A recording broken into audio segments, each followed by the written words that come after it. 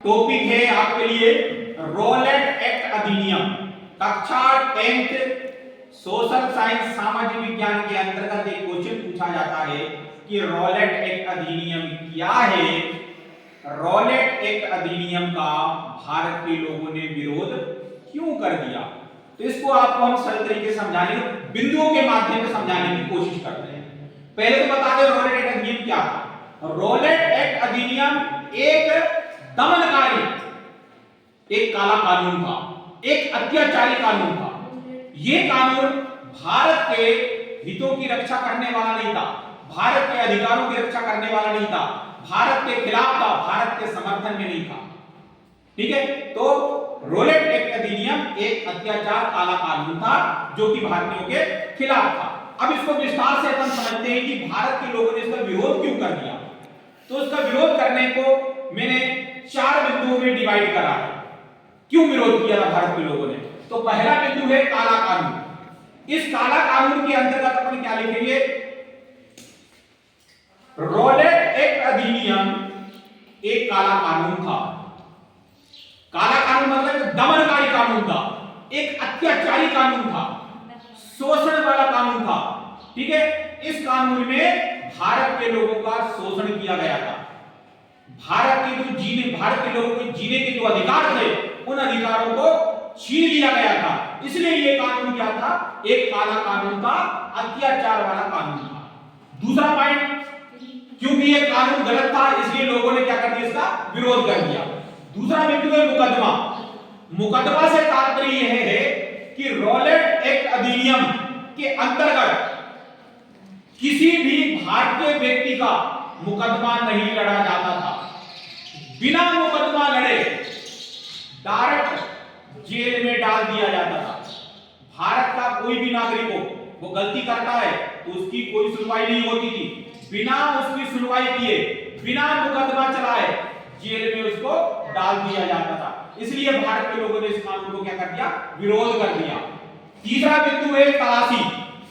तलाशी के अंतर्गत क्या लिखेंगे हम कि रॉलेट एक्ट अधिनियम के अंतर्गत किसी भी अंग्रेज अधिकारी को भारत के किसी भी नागरिक के घर की तलाशी लेने का अधिकार प्राप्त था।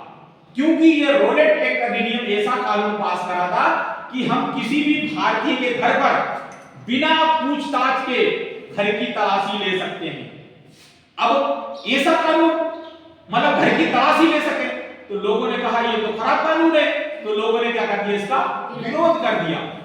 अगला पॉइंट है न्यायालय। न्यायालय मतलब अदालत।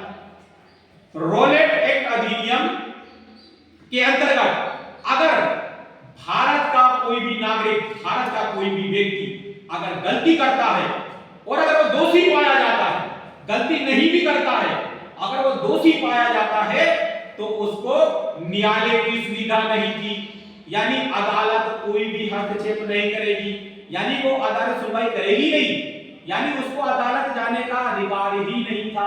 तो ये अधिकार भी भारत के लोगों से छीन लिया गया था। तो पहला बिंदु क्या है, काला कानून। रॉलेट एक्ट अधिनियम एक काला कानून था, इसलिए लोगों ने क्या कर दिया, इसका विरोध कर दिया। अगला बिंदु है मुकदमा। भारत के नागरिकों को बिना मुकदमा चलाए जेल में डाल दिया जाता था, इसलिए भारत के लोगों ने इसका क्या कर दिया, विरोध कर दिया। अगला बिंदु है तलाशी, कि भारत के जितने भी लोग हैं उनके घर की तलाशी कोई भी अंग्रेज अधिकारी कर सकता था बिना पूछताछ।